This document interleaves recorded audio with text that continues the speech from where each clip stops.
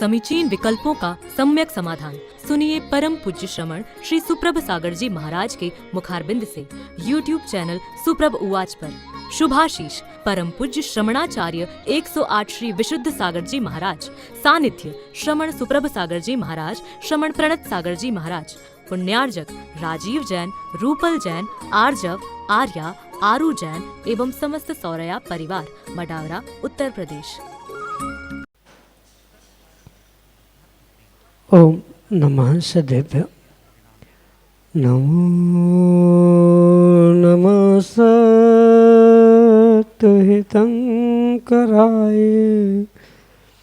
वीराय भव्याम्बुजभास्कराय अनंतलोकाय सुरार्चिताय देवादिदेवाय नमो जिनाय देवादिदेवाय नमो जिनाय।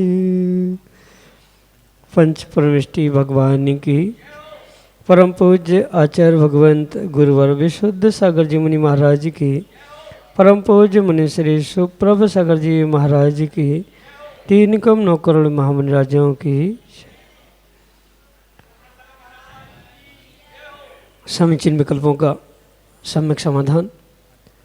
सम्यक ज्ञान की वह अनूठी विधा जो निश्चित ही हमारे मन को एक अनूठी सुख शांति की अनुभूति कराने वाली होती है, क्योंकि विकल्प हमारे मन का समीचीनता के साथ होता है और उसका सम्यक रूप से समाधान हमें हमारे गुरु के मुखारबिंद से आगम के परिप्रेक्ष्य में प्राप्त होता है और वही सम्यक समाधान हमारे आत्म कल्याण के पद का प्रदर्शन कराने वाला होता है।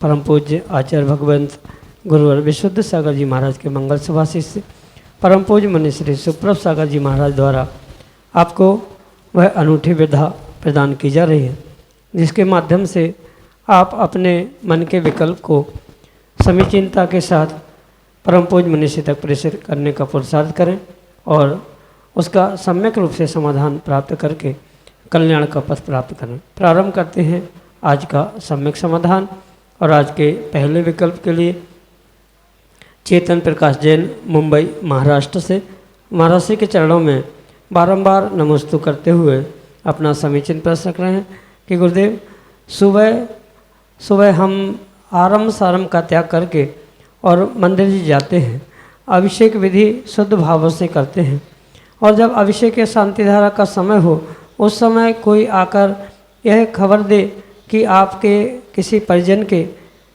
मृत्यु हो गई है, तो क्या उसको ऐसा करना उचित है और खबर देने वाले को क्या दोष लगेगा, क्योंकि उस समय सबके भावों में अशुद्धि हो जाती है।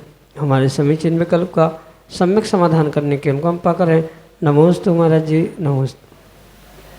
ओम नमः सिद्धम। परम पूज्य आचार्य भगवान गुरुवर विशुद्ध सागर जी महाराज की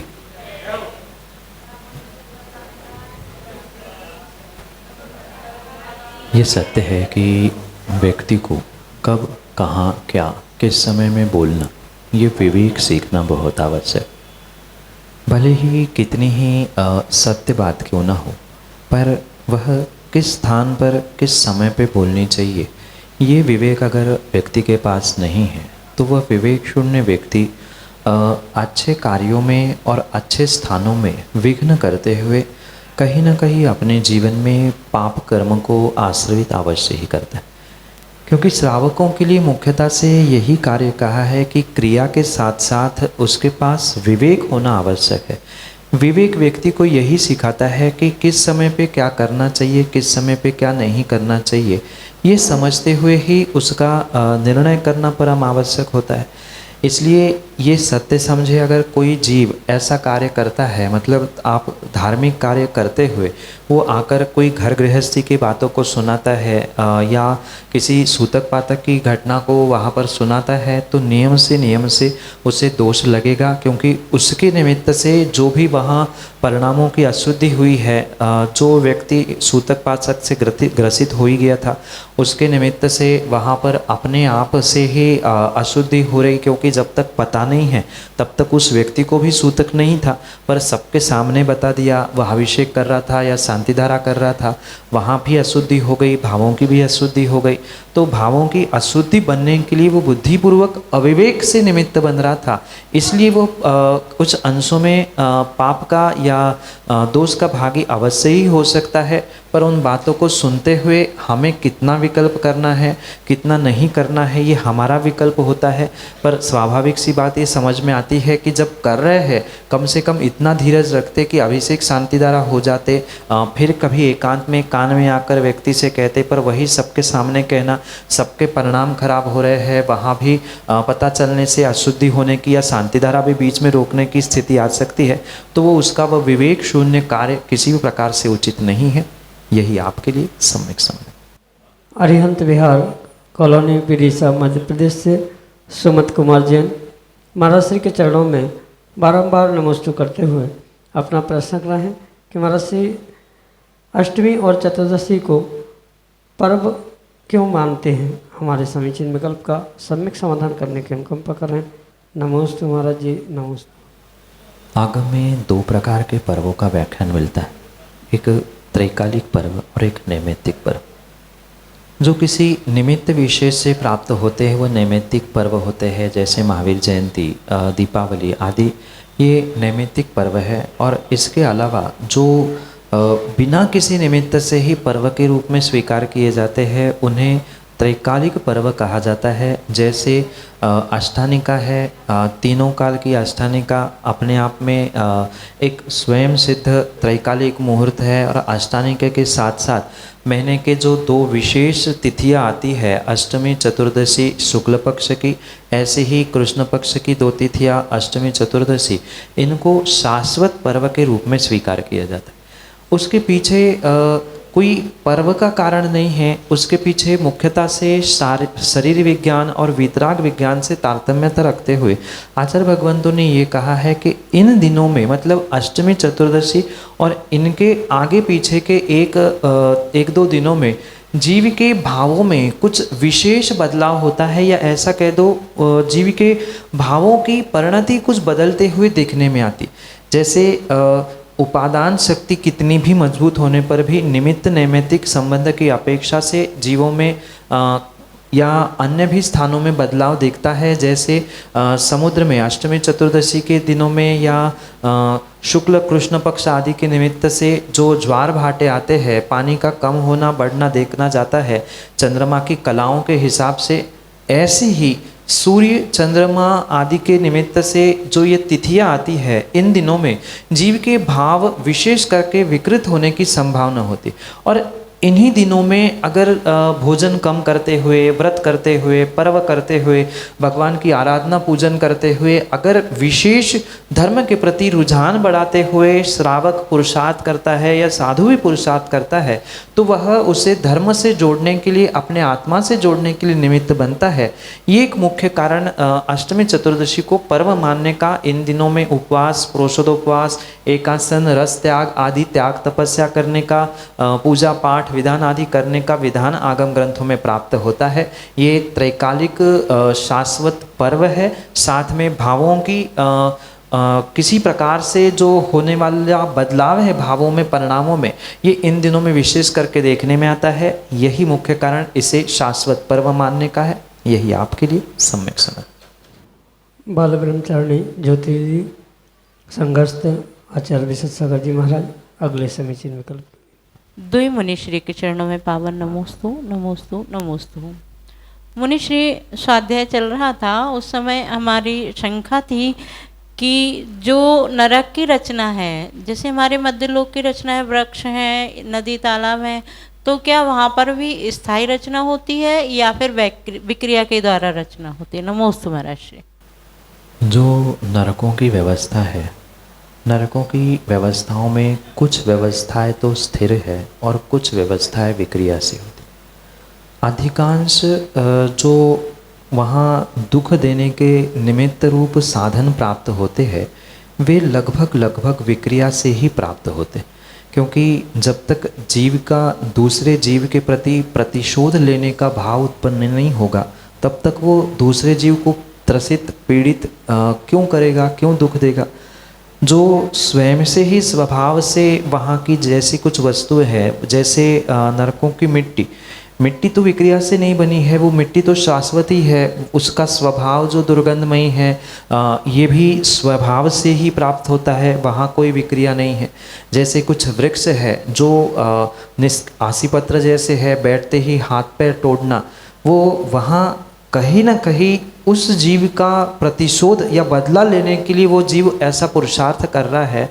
इस कारण से ये हमें समझना होगा कि ऐसे वृक्षों की जो रचना है या नदी आदि की भी रचना है जिसमें खून पीप है, उसमें भी जो छोटे छोटे जीव उन्हें काट रहे हैं वे भी कहीं ना कहीं विक्रिया से प्राप्त ही होते हैं, क्योंकि जो भी वहाँ हो रहा है लगभग ये मान लो कि अधिकांश वहाँ दुख देने वाले जितने भी निमित्त मिल रहे हैं, शस्त्रास्त्र भी जो प्राप्त हो रहे हैं वो भी विक्रिया से है।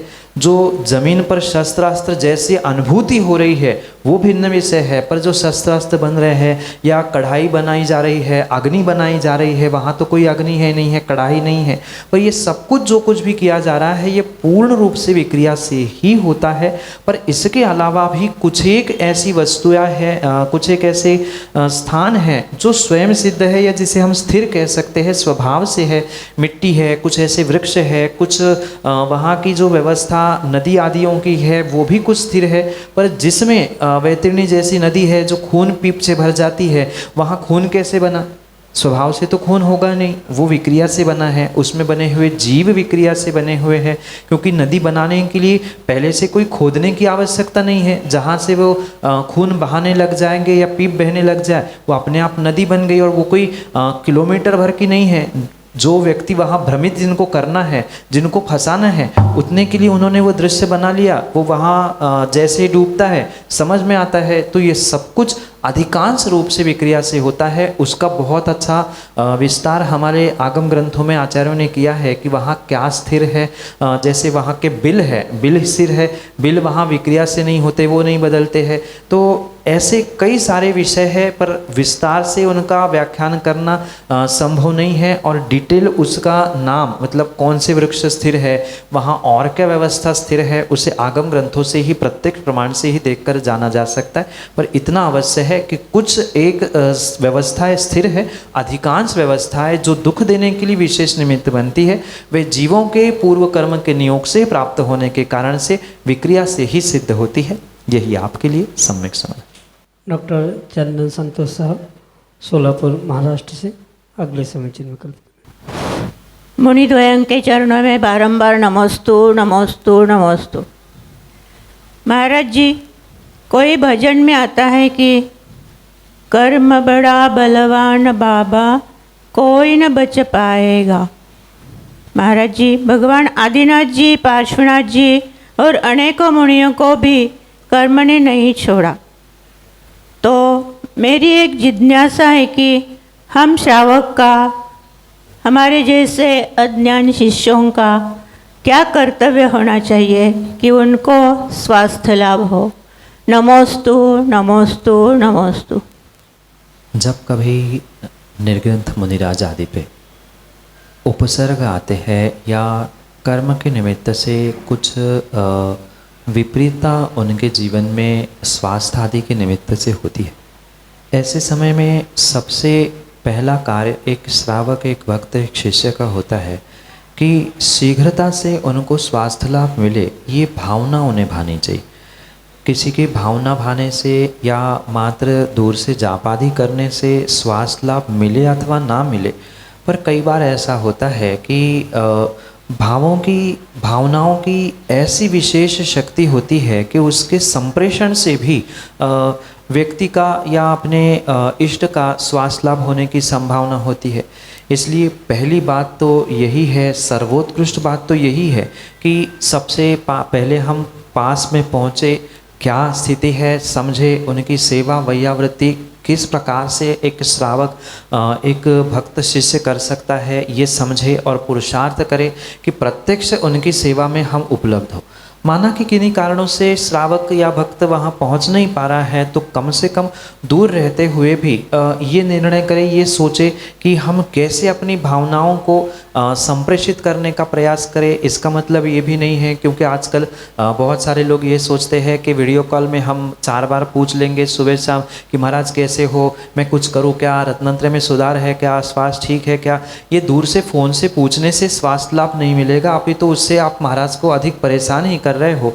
इसलिए बहुत अच्छी बात है कि प्रत्यक्ष पहुँचे, नहीं पहुँच पा रहे हैं तो हमारी भावनाओं में इतनी तीव्रता और इतना संप्रेषण हो कि हमारी अच्छी भावनाएं घर बैठे बैठे ही वहाँ तक पहुँचे और उनका स्वास्थ्य लाभ हो। बहुत सारे दूर से भी कार्य करने वाले आजकल साधन प्राप्त हो चुके हैं। उन साधनों से भी, जैसे प्राणी हीलिंग है, रेकी है, उनसे भी दूर से वैयावृत्ति की जाती है। बहुत अच्छी बात तो जैसे मैंने पहले ही कही कि प्रत्यक्ष पहुंचकर वैयावृत्ति हम कर सकते हैं, ऊंचा नीचा कम ज़्यादा क्या है ये समझ सकते हैं। इसके अलावा जो परोक्ष है, दूर है, पास नहीं पहुंच पा रहा है, वो भावना भाते हुए अपने संप्रेषण से वहाँ अच्छाई तक पहुँचाए, क्योंकि उनका अच्छा होना हो और भक्त का अच्छा होगा, और भक्त का अच्छा होना, धर्म का अच्छा होना ही गुरु के लिए अपने जीवन से भी अच्छा होना निमित्तकारी कार्यकारी हो सकता है। यही आपके लिए सम्यक बालवनचरणी सपना दीदी, संघस्थ आचार्य भगवान विशेष सागर जी महाराज अगले समय चिन्ह कल्प दो मुनिराजों की पावन चरणों में नमोस्तु नमोस्तु नमोस्तु। महाराज श्री, मेरी जिज्ञासा है कि जो राष्ट्रगान होता है और मंगलाचरण, राष्ट्रगान में तो मतलब सावधान जैसी स्थिति होती है और मंगलाचरण में भी अपन आंख बंद और सावधान स्थिति होती है, लेकिन दोनों में क्या अंतर है? नमोस्तु महाराज जी। आप राष्ट्रगान राष्ट्रगान है और मंगलाचरण मंगलाचरण है। किसी भी प्रकार से दोनों में हम समानता नहीं खोज सकते, भले ही दोनों में कई बार हम सावधान की स्थिति में होते, पर राष्ट्रगान मात्र किसी एक राष्ट्र के प्रति अपनी देशभक्ति प्रदर्शित करने के लिए किया गया गुणगान है। पर जो मंगलाचरण है वहाँ किसी राष्ट्र, किसी देश या किसी बाह्य स्थानों के लिए कोई गुणगान नहीं है, अपितु मंगलाचरण का मुख्य उद्देश्य तो यही होता है कि जो हमारे लिए पंच परमेश्वरी रूपी इष्ट है उनका नाम स्मरण हो, उनका जयकार हो, तो ही मंगलाचरण।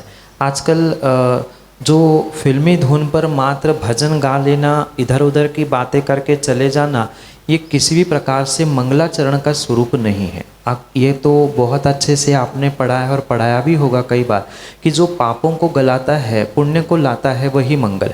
फिल्मी धुन पर भजन गा लेना, यहाँ कहाँ पुण्य आया, कहाँ पाप चले गए, समझ में नहीं आता। और मंगल मात्र नहीं है, हम तो मंगल आचरण कर रहे हैं, मंगल आचरण भी वहाँ पर हो जहाँ मंगल आचरण करने वाले के प्रति हमारा कोई समर्पण नहीं है, उनका जयकार नहीं है। क्योंकि कई स्थानों पर हमने देखा कि मंगलाचरण के लिए आते हैं, शुरू कर लिया, भजन गा लिया और जाके बैठ गए, ना किसी भगवान की जय, ना किसी गुरु की जय। ये किसी भी प्रकार से मंगलाचरण का स्वरूप नहीं है। मंगलाचरण का स्वरूप जो आगम ग्रंथों में कहा है, पंचाशिका ग्रंथ के टीका में तो आचार्य भगवंत बहुत सारा विस्तार से व्याख्यान करते हैं कि मंगलाचरण क्या है, द्रव्य मंगलाचरण, भाव मंगलाचरण, उसके भी प्रभेद, बहुत सारा विस्तार से व्याख्यान है। पर संक्षेप में इतना समझना, राष्ट्रगान में मात्र देशभक्ति ही प्रदर्शित होती है। वहाँ किसी अपने इष्ट परमेष्ठी प्रभु गुरु आदि के प्रति उनके गुणगान करने के कोई भाव नहीं है। पर मंगलाचरण में पूर्ण रूप से हमारे जो इष्ट प्रभु है, गुरु है, पंच परमेष्ठी है, आदि के प्रति कहीं न कहीं उनके उपकारों की भावना से उनके गुणानुवाद करने का जो प्रयास किया जाता है, उनकी जयकार भी लगाने का अगर प्रयास किया जा रहा है, तो पूर्ण रूप से वह मंगलाचरण है। इसलिए मंगलाचरण में और राष्ट्रगान में बहुत अंतर है। हम यही कह सकते हैं उसमें जमीन आसमान का अंतर है। अगर व्यवहारिक अपेक्षा से राष्ट्रगान को कोई मंगलाचरण कह रहा है तो वो उनकी औपचारिकता है, मात्र व्यवहारिकता है। पर आगम धर्म के और धर्म के परिप्रेक्ष्य में राष्ट्रगान को हम मंगलाचरण नहीं कह सकते? यही आपके लिए सम्यक समझ। मीनू जैन, डालीगंज, लखनऊ, उत्तर प्रदेश से अगले समीचीन विकल्प। नमोस्तु गुरुवर। गुरुवर, मेरा ये प्रश्न है कि अभी क्षमावाणी पर्व आने वाला है, तो उसमें हम लोग सब एक दूसरे से क्षमा भाव करते हैं, लेकिन मोस्टली हम लोग अपने इष्ट मित्रों से, दोस्तों से करते हैं, और जो दोस्त नहीं आ पाते उनको फ़ोन करके करते हैं। लेकिन जिनसे हमारी रियल में बोलचाल बंद है उनसे हम बात नहीं करते, और अगर सामने पड़ भी गए तो बस हाँ क्षमा भाव, बाकी हमारे दिल में कमट के जीव की तरह उनसे बैर चलता रहता है। तो ऐसे इस बार कैसे क्षमावाणी मनाएं कि हम भी उन्हें दिल से क्षमा कर दें और वो भी हमें दिल से क्षमा कर दें। नमोस्तु गुरुवर। माँ, जानते तो हम सभी हैं, पर सबसे बड़ी समस्या ये है जितना हम जानते हैं उतना मानते नहीं। क्योंकि जानने से या मात्र क्षमा भाव कहने से कभी भी क्षमावाणी नहीं होने वाली। और जब हम जानते हैं कि जिनसे हमें मांगनी नहीं है, जिनसे हम कभी लड़े ही नहीं हैं, उनसे क्षमा याचना कर रहे, और जिनसे हमें मांगनी है उनसे हम मांग नहीं रहे हैं, उनसे तो द्वेष बराबर चल रहा है।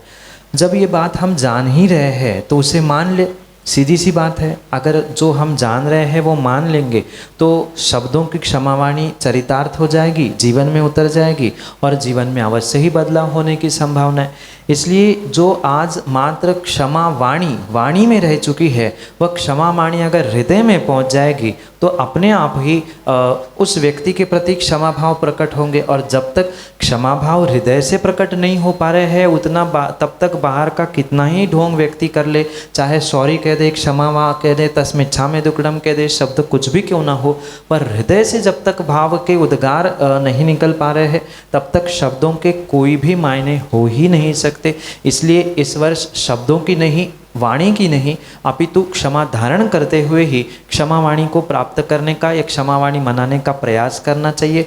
बहुत अच्छी बात तो यही है कि हम उन व्यक्तियों को क्षमा कर दे जिनके साथ कुछ वैर भाव हमारा पहले से उत्पन्न हो चुका है और क्षमा नहीं कर पा रहे हैं, तो उन व्यक्ति को भूल ही जाए कि उनके साथ कभी हमारा कुछ काम बिगड़ा था या उनसे मिले ही ना, तो ही हमारी कुछ अंशों में क्षमावाणी होने की संभावना है।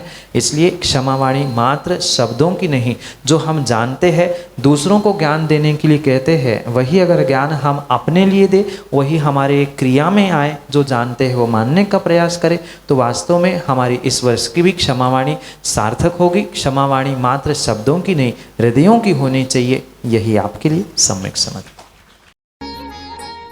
समीचीन विकल्पों का सम्यक समाधान सुनिए परम पूज्य श्रमण श्री सुप्रभ सागर जी महाराज के मुखारबिंद से YouTube चैनल सुप्रभ उवाच पर।